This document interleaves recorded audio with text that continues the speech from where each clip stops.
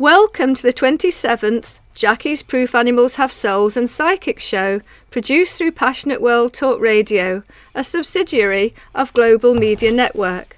My website is jackiejoneshunt.com, jackiejoneshunt.com. If you've listened to my show before, you'll know I'm a psychical researcher, historian of spirituality, lecturer and decades-long vegetarian for compassionate reasons, and author of 3 books, Proof Animals Have Souls, 500 plus celebrities go vegetarian, and Moses and Jesus the Shamans, mediums. The latter, among many other things, reveals the politically orientated biblical mistranslations condemning mediumship, when it was in fact an ancient tradition to consult seers, prophets, dream interpreters, judges and oracles, to learn spiritual wisdom and predictive guidance. The ancient Hebrews and Jews did this. And yet the Orthodox Church led to the 16th and 17th century witch hunts, and thousands of innocents were killed. And even today, in the 21st century, there's many who are suspicious of mediumship or even fearful of it. So my book shows you the mistranslations.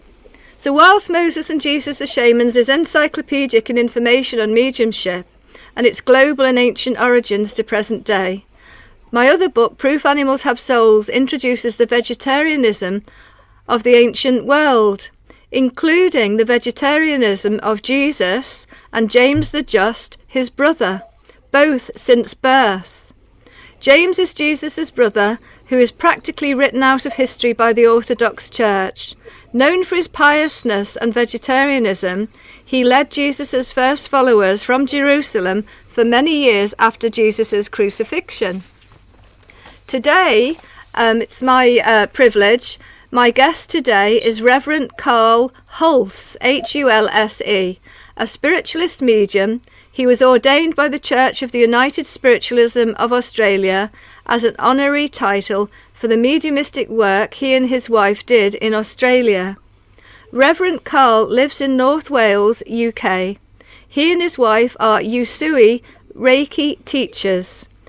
Carl's developed his mediumship from tarot card readings, healing and spiritual philosophy, and he continues to give healing today, which he will discuss in the interview.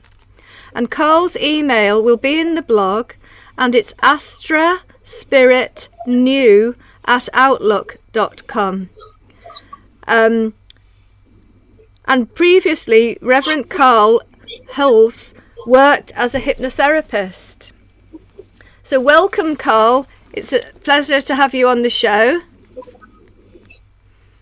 Hello, Jackie. It's a pleasure to talk to you. Thank you for inviting me. Thank you. Well, I've got a whole host of questions, if you don't mind. What is your earliest... Oh, that's great. What are your earliest memories of mediumship? Blimey, my earliest memories of mediumship was approximately 15 to 18 years ago with my wife. We never did anything like this, either of us, until after we met. Okay, so it's something that developed when you came together. So how would you say you developed your mediumship? Right, we're both natural mediums.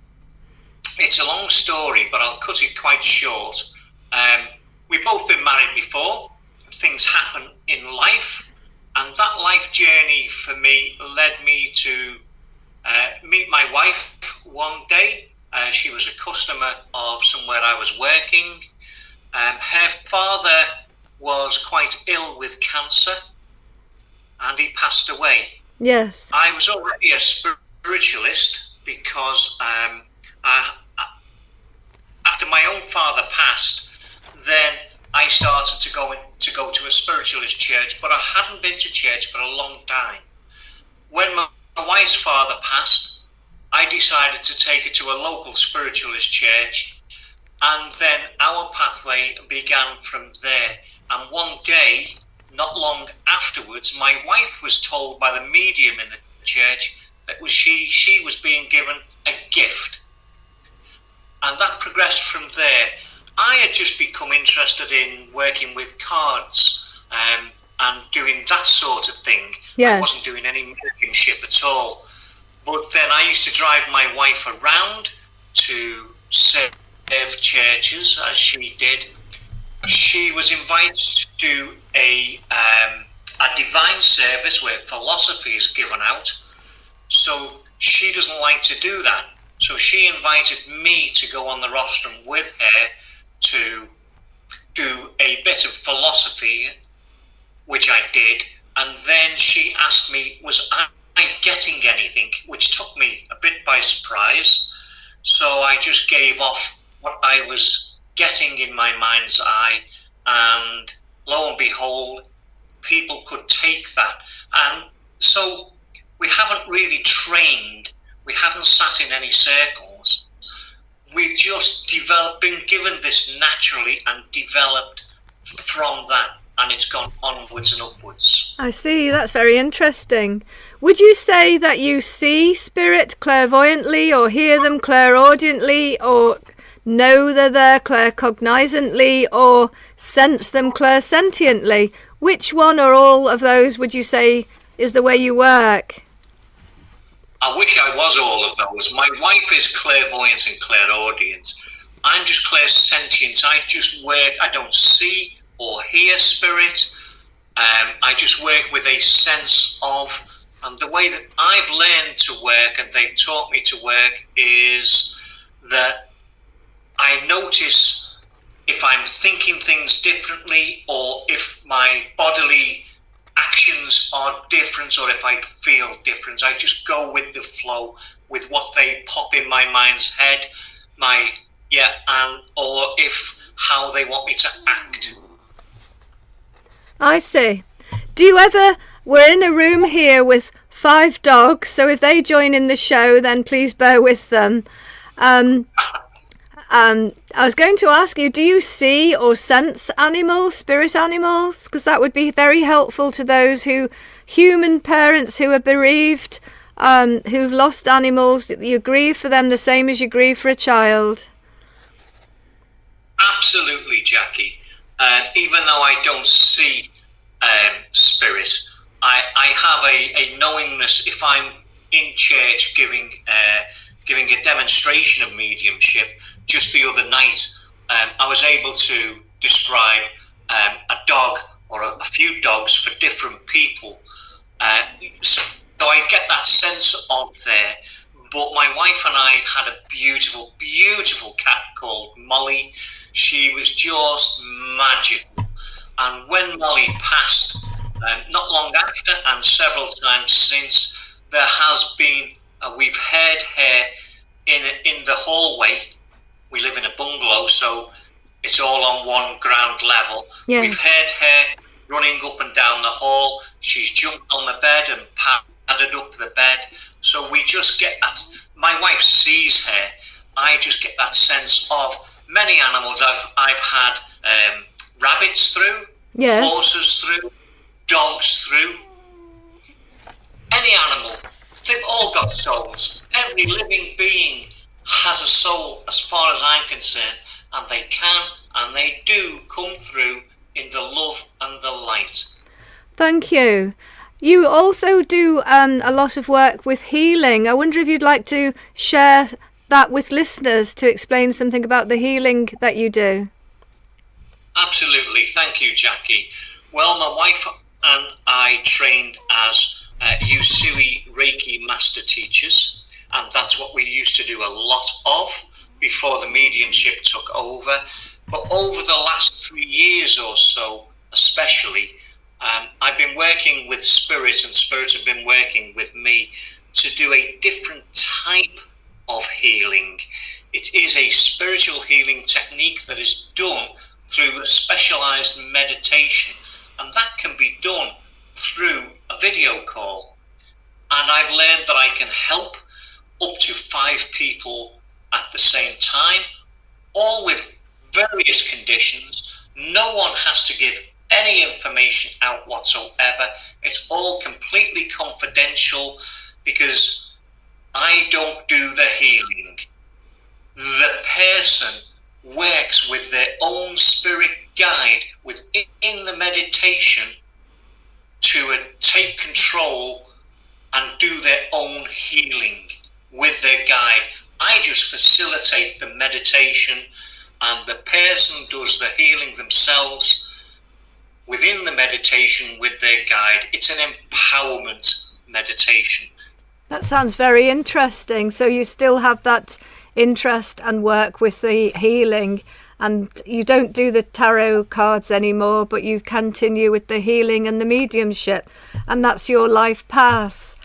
Was there a particular event that started you on your spiritual path, would you say? Or what started you? You were saying about you went to the spiritualist church, and that's where you started to inquire.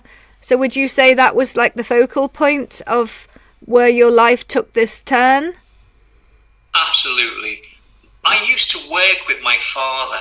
Although I've been a trained hypnotherapist, in my early days, I worked with my father and my brother-in-law, who were parquetry floor layers. Yes. My father was an atheist, an absolute atheist. There's no God. One of the last jobs that we did was to put some wooden floor into a building that was being built. Yes. And that became a spiritualist church. So when my father passed, my mother, who was a believer, she wanted to go to a spiritualist church. So I went with her, with my eldest sister, and lo and behold, it was to the church that we put the floors in. That's interesting. I got my first message there. And the medium said, I've got a man here who says Jesus loves me. And I thought, no, that's not. My dad was an atheist. But then she gave me some specific information about a calendar on my bedroom wall, that it was out of date. And that blew my mind.